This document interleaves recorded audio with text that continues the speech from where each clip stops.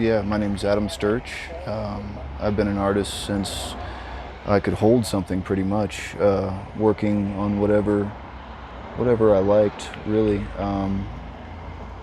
I've been into painting and drawing, everything since I was a kid, sculpture. And I guess as I've gotten older, my attention has been more focused on, or at least presently, kind of focused on showing the reality of the psyche, of bringing imagination to light and healing with that. Sort of an art therapy, I guess. Like this one, I started with a big smear of primer, and then I start bringing out forms that grab my mind from the textures of the primer and just kind of let it run. So it's a little bit about, this one's called Wound, so it's kind of about trauma and disconnection from the self, heartbreak. There's a lot of themes running in it that are starting to emerge as I work with it. And not all of my pictures are that, I guess, Rorschach-like, are drawn from the surface. This is Mind's Island, working with the concepts of the Lesser Key of Solomon and sort of psychedelicizing all of the goetic demons and putting them into a modern context and staging it in the mind's eye, EYELAND, island. So that'll be all 72 goetic demons going back into the background, and then different mythological entities from historical references that I can fit into it.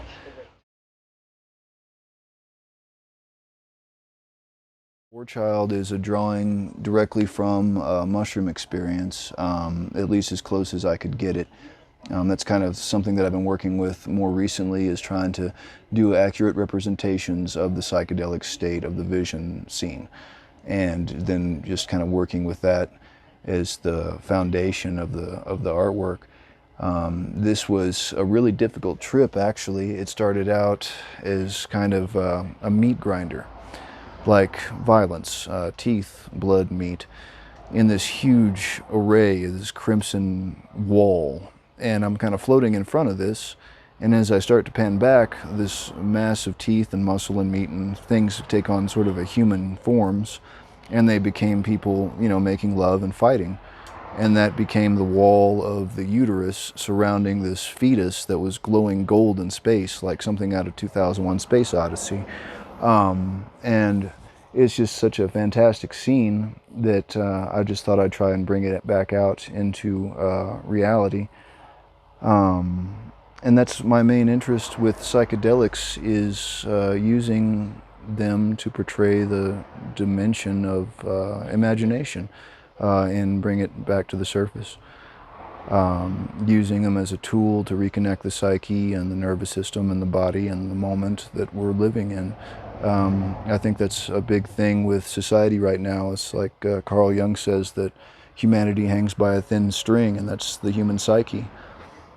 And right now with the state of the world, it's super precarious. In the next 50 to 100 years, maybe sooner than that, environmental catastrophe and human population and all of these different curves that are approaching a breaking point for our environment, it's really going to tell the tale of what humanity's about, whether or not we're going to be able to save ourselves or run ourselves into the ground.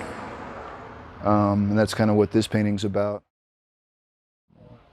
Then this one here is actually an early picture from high school. I was about 15 when I painted that. He's writing "Lost" on the ground.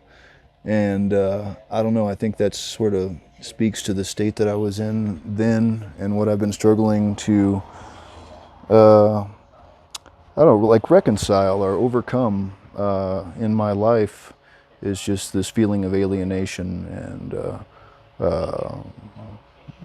hopelessness that kind of was ingrained into me. That's the thing about, I like Gabor Mate so much, talks about trauma and disconnection from the self, and that every physiological or psychological illness stems from tuning out or disconnection as a mode of survival from a young age. and it might not necessarily be an explicit memory. Some of these memories are implicit, you know, that you can't even recall because your mind hadn't formed yet.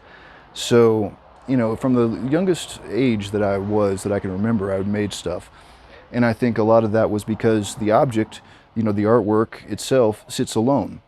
And you can look at it and read it and understand it as it is without the accompaniment of human presence, because humans are often pretty manipulative and deceiving.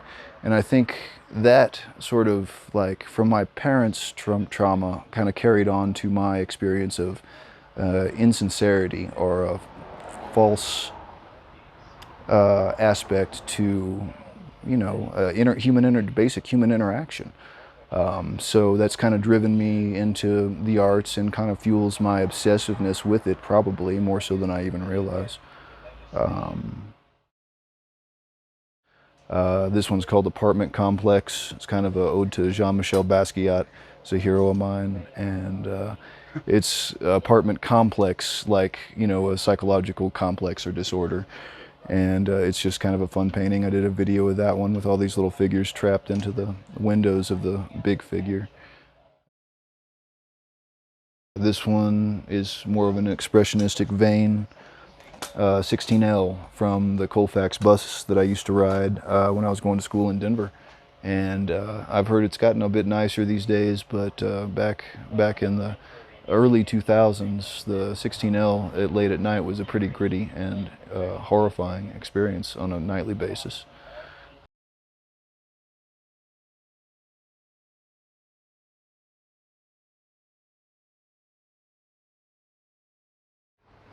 Oh man, that's an epic. I worked on that for a while, for a few years on and off in between working on other things. It's called Escape or Eyes Alone. It's kind of become a few different titles since I've started it. But the main idea is that the transcendent, the moving from the violent nature and imposed ignorance of our society, portrayed by this kind of hell realm of all these different scenes carrying out, like the circle of knives, or, you know, these two characters pull this woman in two. Each one has its own scene and symbolism. Here's an AIDS virus offering flowers to a red blood cell. Golgotha, the crucifixion, as a symbol. You know, just the grit of our society. This right here, this little Mack truck scene, is actually a scene I saw when I was a kid. I was on my way back from a soccer game, and somebody had tried to kill themselves by running their car off a road, and he didn't succeed, and he got back up, and somebody, a family, a mother and I think two little girls, pulled over to try and help him, and he stepped in front of a truck in front of him. And it was fresh enough to where the body was laying on the side of the road when our cars were going around it. And I just remember that scene, and it kind of carved itself in my mind as a pretty, you know, horrible thing. Well, I mean, I use me as a subject matter frequently just for the fact that I'm available. You know, it's easy. If I need a realistic reference or want to bring realism to a picture and have a figurative element into it, you know, it's easy for me to pose and shoot it and then implement that reference into the drawing. So it started out mostly like that, but I guess it's evolved into sort of more of a just expression of my own psyche and state of mind throughout my life. You know, I use that a lot in my art, and my sketchbooks is just documenting this happening, you know, kind of like a diary of my being.